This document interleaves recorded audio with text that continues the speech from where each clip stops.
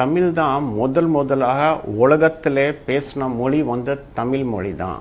இது சயின்டிஃபிக் வேல ப்ரூஃப் ஆயிப்போச்சு. இது என்ன பண்ணுறாங்க, எல்லாருமே சேர்ந்துட்டு அது மறிக்கிறாங்க.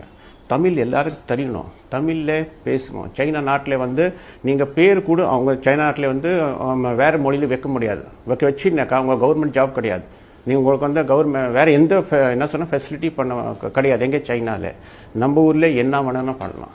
ஸோ என்ன ஒன்ஸ் நம்மளுக்கு தமிழனுக்கு தமிழ் தான் அடையாளம்.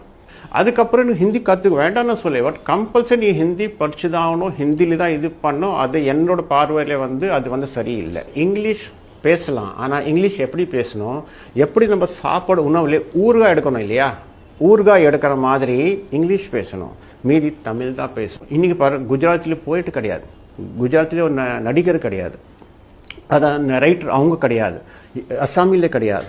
என்னாச்சு, எல்லாம் ஹிந்திக்கு வந்தாச்சு. அப்புறம் அவங்க மொழி என்ன ஆகும்? இப்போ இங்கிலீஷில் எத்தனை எழுத்து இருக்குது? 26 எழுத்து இருக்குது, கரெக்டாக. அது சரி. ஹிந்தியில் எத்தனை எழுத்து இருக்குது? 52. அப்படி ஹிந்தியில் 52 இருக்குது. சான்ஸ்கிருத்தில் எத்தனை எழுத்து இருக்குது? 44 எழுத்து இருக்குது. இதே தமிழ் ஒரிஜினலாக நம்மளுக்கு 26 தமிழ் சொல்கிறேன் நான், தமிழ் ஆர் பிரம்மி, இதில் 26 எழுத்து இருந்தது. அப்போது அது 1000 வருஷத்துக்கு முன்னாடி டெவலப் ஆகி இன்னைக்கு 246+1 சொல்லுவாங்க, 247 எழுத்து இருக்குது தமிழில். வேறு எந்த மொழியில் இருக்கா? கிடையாது. ஸோ இவ்வளோ மொழி. ஸோ அப்போ தான் அக்யூரேட்டாக பேச முடியும். இங்கிலீஷில் என்ன ஆகுனாக்கா, நம்ம பிரதர்ஸ் முடிஞ்சு போச்சு.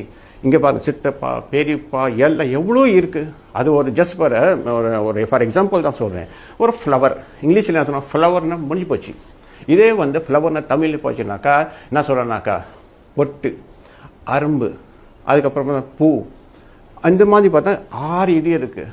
அலர், மலர், வி, இந்த மாதிரி எவ்வளோ இதில் இருக்குது. ஸோ இந்த மாதிரி நான் தான் சொன்னேன், எழுத்து எதில் எங்கள் எழுத்து நதியாக இருந்தால் தான் அக்யூரேட்டாக தமிழில் பேச முடியும். வேறு எந்த மொழியிலே கிடையாது.